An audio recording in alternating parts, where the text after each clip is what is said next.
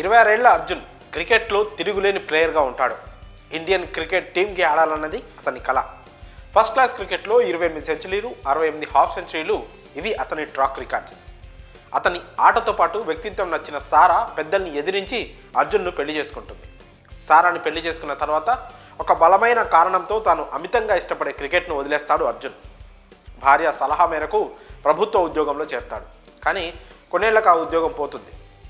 భార్య సారా సంపాదనపైనే ఆధారపడతాడు అర్జున్. చివరికి కొడుకు పుట్టినరోజుకి అతను అడిగిన చిన్న గిఫ్ట్ కూడా కొనివ్వలేని పరిస్థితిని చూస్తాడు. అయితే తన కొడుకు దృష్టిలో మాత్రం ఒక హీరోగా ఉండాలని మళ్ళీ క్రికెట్ మొదలుపెట్టి లేటు వయసులో డొమెస్టిక్ క్రికెట్లో కంబ్యాక్ ఇచ్చి అద్దరగొడతాడు. ఇది జెర్సీ సినిమా కథ అని మీకు కొత్తగా చెప్పాల్సిన పని లేదు. అయితే ఈ జెర్సీ సినిమాని మించి రియల్ లైఫ్లోనూ ఓ అర్జున్ ఉన్నాడు. అతని పేరు కరుణ్ నాయర్. ప్రస్తుతం ఇండియన్ క్రికెట్లో మారు మోగిపోతున్న పేరు. జెర్సీ సినిమాలో హీరోలా ఇతను కూడా ఆరంభంలో అదరగొట్టేశాడు. టీమిండియాలోకి ఎంట్రీ ఇవ్వడంతోనే టెస్టుల్లో ట్రిపుల్ సెంచరీ కొట్టేశాడు. కానీ ఆ తర్వాత జట్టులో స్థానం కోల్పోయాడు. దేశవాళీ క్రికెట్లో తన స్టేట్ టీం కర్ణాటక కూడా అతన్ని పట్టించుకోలేదు. దాంతో తన జీవితంలో క్రికెట్ అయిపోయింది అనుకున్నాడు. కానీ ఒకరోజు డియర్ క్రికెట్, నాకు ఇంకో అవకాశం ఇవ్వు అంటూ ఒక ఎమోషనల్ పోస్ట్ పెట్టాడు. తనలో క్రికెట్ ఇంకా బతికే ఉందని గ్రహించాడు. అందుకోసం మళ్ళీ కష్టపడ్డాడు. కర్ణాటక స్టేట్ టీం పట్టించుకోకపోవడంతో విదర్భ జట్టుకు మారాడు. ప్రస్తుతం దేశవాళీ టోర్నీ విజయ్ హజారే టోర్నీలో దుమ్ము దులుపుతున్నాడు. ఎంతలా అంటే దశాబ్ద కాలంగా కోహ్లీ, రోహిత్ గురించి మాట్లాడుకుంటున్న ఇండియన్ క్రికెట్ ఇప్పుడు కరుణ్ నాయర్ పేరు జపిస్తోంది. అతన్ని టీమిండియాలోకి తీసుకోవాలని సోషల్ మీడియాలో ఒక ఉద్యమమే మొదలైంది.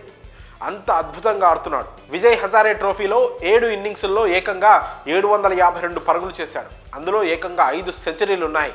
అలాగే అతను ఆడిన 7 మ్యాచ్ల్లో ఏకంగా 5 సార్లు అతను ఎవరు అవుట్ చేయలేకపోయారు. అంతలా ప్రస్తుతం డొమెస్టిక్ క్రికెట్ను శాసిస్తున్నాడు. ప్రస్తుతం కరుణ్ నాయర్ లైఫ్లో ఓ స్పెషల్ మూమెంట్. అదే జెర్సీ సినిమాలో హీరో రైల్వే స్టేషన్కి వెళ్ళి ట్రైన్ వెళ్తున్న సమయంలో గట్టిగా అరిచి చేసుకునే సెలబ్రేషన్ ఇప్పుడు కరుణ్ నాయర్ రియల్గా చేసుకునేంత గొప్పగా ఆడుతున్నాడు. ఈ టోర్నీలో ఇప్పటి వరకు ఆడిన 7 ఇన్నింగ్స్లోనూ కరుణ్ నాయర్ బౌలర్లపై కనికరం లేకుండా విరుచుకుపడ్డాడు. వరుసగా 112 not out, 44 not out, 163 not out, 111 not out, 112, 122 not out, 88 నాటౌట్తో మొత్తం 752 పరుగులు చేశాడు. అతని యావరేజ్ 75.2గా నమోదైంది. ఈ 7 ఇన్నింగ్స్లో 5 సెంచరీలతో పాటు ఒక హాఫ్ సెంచరీ ఉంది. ఈ 7 ఇన్నింగ్స్లలో అతను ఒక్కసారి మాత్రమే అవుట్ అవ్వడం విశేషం. తాజాగా మహారాష్ట్రతో జరిగిన మ్యాచ్లోనూ కరుణ్ నాయర్ తన ఊచ కోతను కొనసాగించాడు. 44 బంతుల్లోనే 9 ఫోర్లు, 5 సిక్సర్లతో 88 పరుగులతో అజేయంగా నిలిచాడు. దాంతో ముందుగా బ్యాటింగ్ చేసిన విదర్భ నిర్ణీత 50 ఓవర్లలో 3 వికెట్లకు 380 పరుగుల భారీ స్కోర్ చేసింది. విజయ్ హజారే ట్రోఫీ చరిత్రలోనే విదర్భకు ఇదే అత్యధిక స్కోర్ కావడం విశేషం. ఇక ఏ టీం అయితే తనను వద్దనుకుందో అదే టీం కర్ణాటకపై ఫైనల్కు సిద్ధమయ్యాడు కరుణ్ నాయర్. జనవరి 18న కర్ణాటక విదర్భ మధ్య Vijay Hazare trophy final match జరగనుంది.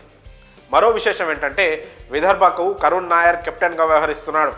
ఇక కరుణ్ నాయర్ సూపర్ ఫామ్ నేపథ్యంలో అతన్ని ఛాంపియన్స్ ట్రోఫీకి ఎంపిక చేయాలనే డిమాండ్ బలంగా వినిపిస్తోంది. దేశవాళీ క్రికెట్లో నిలకడగా రాణిస్తున్న కరుణ్ నాయర్కు అవకాశం ఇవ్వకపోతే సెలెక్టర్లపై తీవ్ర విమర్శలు వచ్చే అవకాశం కూడా ఉంది. అతని సూపర్ ఫామ్ ఇప్పుడు అజిత్ అగార్కర్ సారథ్యంలోని సెలక్షన్ కమిటీకి పెద్ద తలనొప్పిగా మారింది. మరి జెర్సీ సినిమాను రియల్ లైఫ్లో చూపిస్తున్న కరుణ్ నాయర్ కెరియర్పై మీ అభిప్రాయాలను కామెంట్స్ రూపంలో తెలియజేయండి.